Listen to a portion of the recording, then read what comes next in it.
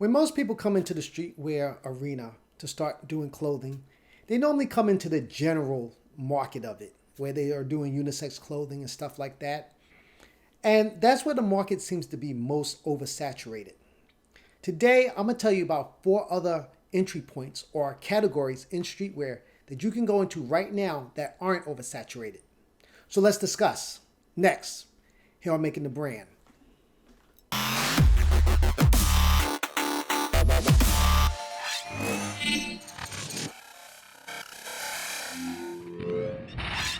What's up, everybody? Rob Norman from Planet Brooklyn Academy Clothing Company, and this is Making the Brand, the series where I give you a little knowledge and insight on how to start a clothing company, and if you already have one, how to make it better. Before we get into things, please hit that like and subscribe button, and don't forget to hit that notification bell so you can stay up to date with everything we drop when it drops. So the streetwear market is seemingly oversaturated, but as I said in the opener, there are 4 categories that I'm going to talk about today that you yourself can go into if you're looking to get into the streetwear market that isn't oversaturated. So let's just jump right into it. Starting with number 1, big and tall. The big and tall market is one that seems to be underserved currently. When we talk about big and tall, we talk about anyone who's 5'11" and above and normally wears anything from a 3X and up. Now, when we talk about big and tall, we're not meaning that everybody in that category is oversized. We also talk about people who are athletes. They also tend to fit into this category because they can't seem to find garments that fit for them. Now, everyone who is in the big and tall garment section also seem to like, streetwear as well. They're into it, but the thing is there are barely any, if any, clothing lines that cater to them. A lot of the clothing brands that do cater to big and tall, or at least in streetwear, are brands who have been in the game for a long time and have made their money off the core central market of streetwear and now are just looking for another avenue to make money off of. So they figure, you know what, let's go into big and tall.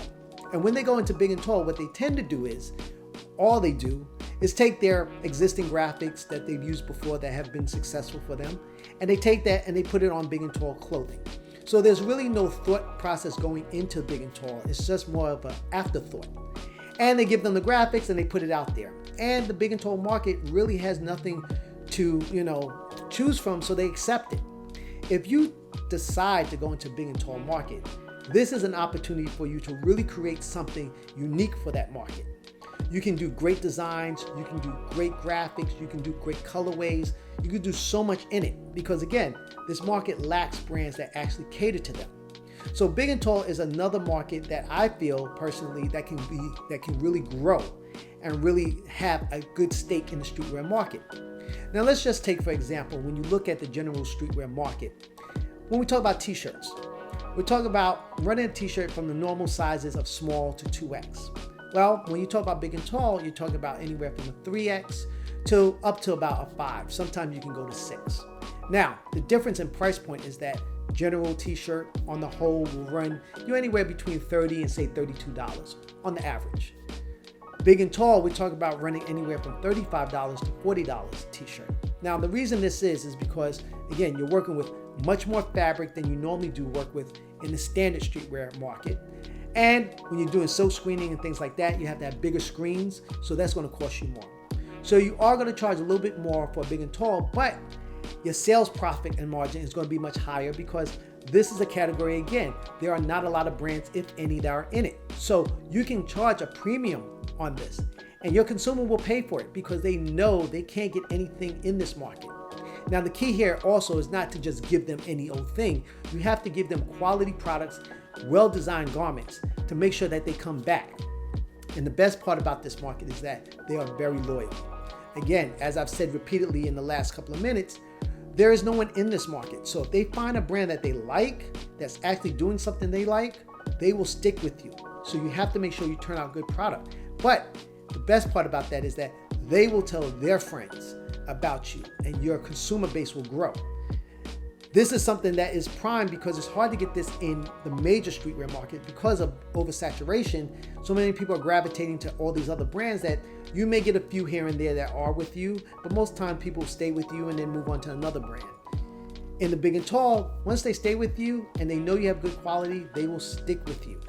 So that's a good market to actually look into and actually follow and go up on. Now, the second one that I would recommend you to go into if you're interested in going to streetwear is children's. Children's market is another one that is very huge and underrated. Now, when you think about children's, a lot of times people think, little kids, thinking infants, and that could be very well something you want to consider. But just know that when we talk about children, you're talking about anything from infants up to preteens. So you can find your pocket of where you want to work in. But when we're talking about children's streetwear, there aren't a lot of them. And in the main streetwear market, the sweet spot, or as we like to consider the consumer market sweet spot, is normally anyone between the ages of 18 and 35. Now, when you look at that age range, within that, a lot of those people have children. And if you are a diehard streetwear fan and you're into sneaker culture and you have kids, a lot of times you want to dress your kid just like you're dressed.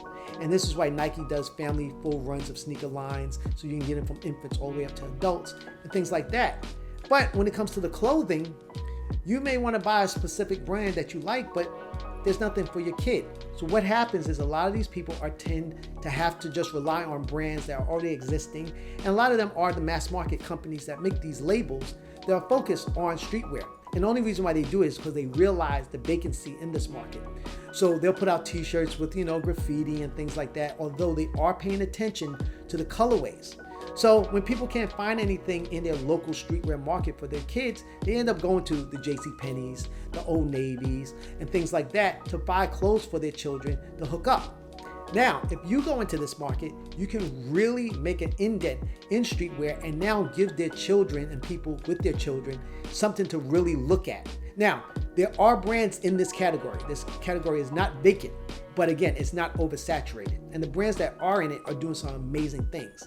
And when I talk about amazing, I'm not talking about them just taking, t-shirts from an adult size and just shrinking it down into kids. They're actually creating very complex designs, very unique design styling, and also the graphics are something that I find quite, original, because they're taking things that an adult may wear and they're making it in kids and maybe changing the sayings to relate back to colors and fruits and things like that. But it's fun, but yet it still has a streetwear appeal to it. And that's something you can do. Now, much like big and tall, where you have to have more garment, fabrics for your garments, kids wear, you have less fabric. So your overhead is a lot less. Plus, this allows you to produce a lot more garments. So now you can do different colorways, different styles. You can also offer a lot more product to your market. And again, Nike and Adidas and all of them are already doing, the footwear to go with it. So you can always match back to these items to really hook up a whole set. This again is another market that's solely no one is looking at. And if you want to come into streetwear, an avenue that isn't overpopulated, I suggest you also check out children's. Number 3, sustainability. Now, if you're not familiar with what sustainability is, basically it's trying to stop overusing the earth resources because we're depleting them so fast. And the idea with sustainability is working with what we already have. So a lot of companies, what they're doing is they're recycling, especially in fashion, recycling garments to reuse them, or sometimes they're using plastics to turn them into fabrics and things like that to lower the consumption of what we use on the earth and just keep reusing what we already have. So in sustainability, you guys can go out there, and I'm not saying you have to figure out ways to convert, plastic into fabrics. A lot of these companies already do that for you. You can actually start using those fabrics and start adding your graphics to them and becoming sustainable and going into that market. Now, sustainability is a huge market. Think of it as the way if you're going on a diet. And if any of you have gone on diets, eating healthy is very expensive. You pay more for that. Opposed to if you want to just eat, regular junk food, it's so much cheaper. The same thing happens in sustainability. When you want to just buy a general t-shirt or anything like that, it's cheaper compared to what you buy that has been considered sustainable. And those items go at a much higher premium. And this is where you can make a lot of money in it. Now, the thing is that there aren't many brands, if any, that are considered sustainable in the streetwear market. So I personally think this may be a huge market to go into. Now, in the other categories of fashion in general, they are all doing sustainability. And they're making a lot of money in this. But think if you actually converted a lot of streetwear into sustainability. this can have a huge impact also, not just in the field of streetwear, but just on the global market. So being health conscious and worrying about the world is great, but also actually being able to contribute to it is a great thing as well. And doing a streetwear brand that is thinking about sustainability is key. Now, within sustainability, you don't have to always be printing and doing things like that. Because remember, a lot of people who come into fashion actually have fashion talent. They know how to sew, they know how to put things together. They don't just, do graphics on t-shirts. If you're one of those people that actually have a talent, that know how to sew and actually construct garments, coming into sustainability in streetwear could be great for you. Because again, you don't have to just silkscreen. You can actually do things as far as just going to flea markets, going to thrift shops, and buying up old garments and then repurposing that's not even a word, repurposing garments to resell that fits in the streetwear market. That's something a lot of people I've seen do in the past. There is one company that I saw in LA that was taking basically basketball jerseys and repurposing them and buying different colorways and sewing them together and reselling them as basically basketball jersey dresses. And they were doing amazing. Again, the price points are high because they're unique. They're now limited amounts because every garment piece is different from the last. But the beauty of this is that you're not using new garments. You're using things that are already out in the market. You're just repurposing it and finding a way to make it more creative and now giving it back to the masses. And again, your price goes up because again, you're working hard to do this by yourself, you're sewing it or however you're doing it, and you're making unique garments. So to be able to be in the sustainable category is a great thing. And I think it's great for those who are very ingenuitive and creative, just thinking how to do something with things that already exist around them. So again, if you want to really think about another market and another inroad with streetwear, consider sustainability.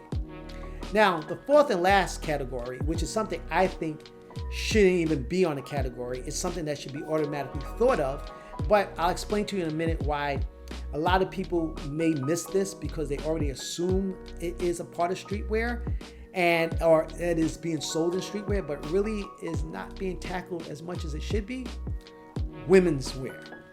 Women's wear and streetwear is something I feel is heavily underlooked. Yes, there are women, when we look at streetwear, everybody sees women's stuff in it. But if you really think about it, a lot of these brands, all they're doing is making garments unisex. So you're seeing women in clothing that is streetwear, but a lot of that stuff is just unisex stuff. Sweatpants, hoodies, t-shirts, just stuff that can go across the board. They're not dedicated solely to women. Now, this is another market or category that is not empty, but again, there's not a lot of traffic going on in there. And I would love to see more brands cater towards women's streetwear because for starters, I feel women's wear, it's much more creative than men's wear. Let me just show you, for example. If I wanted to buy a bottom, just a regular bottom from a streetwear brand, and I picked 5 of the top brands in streetwear to buy bottoms from, for men's, I'm gonna get pretty much all the same thing. I'm gonna get the standard colors, the blacks, the navies, things like that. The only difference between the brands are probably just the fact of either the graphics on it, their name on it, or maybe it's a cut and sew piece. But across the board, a bottom is going to be the bottom, or a short is going to be a short, not much difference. Now, when you look at women, and if I said I want a bottom from women, and I said let's take 5 streetwear brands from women's that are solely dedicated to women's, I can get a skirt, mini skirt, shorts, joggers, rompers, a jumper. I mean, you can get so much for a bottom for women. And that's not just bottoms. We can talk about tops too.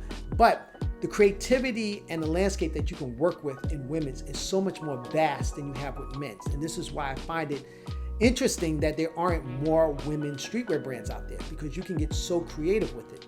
And I recommend that if you want to go into streetwear as a designer and creating garments, of all the 4 categories that I've mentioned, I think women's is your best bet, because again, that is one I feel that is so neglected. Women are just given just things to wear based on what the men designs are. There's not a lot of creativity in it. Once again, I'm not saying there are no women's streetwear brands out there, because there are, but there are so few of them. There should be more. I mean, it should be almost on the sort of level of the amount of men brands that are out there. So really think about women's brands and think about creating a women's streetwear brand. Because again, if you can do that, I think you will make way more head stride in the streetwear market than you would just going into the general population of streetwear. So that's my 4 recommendations of getting into streetwear. If you guys have any thoughts, or if you have a 5th idea of another way to get in, please, I would love to hear it. Leave it in the comment section below. And as always, I hope this was helpful for you guys. I'll catch you guys on the next video. Stay well and peace.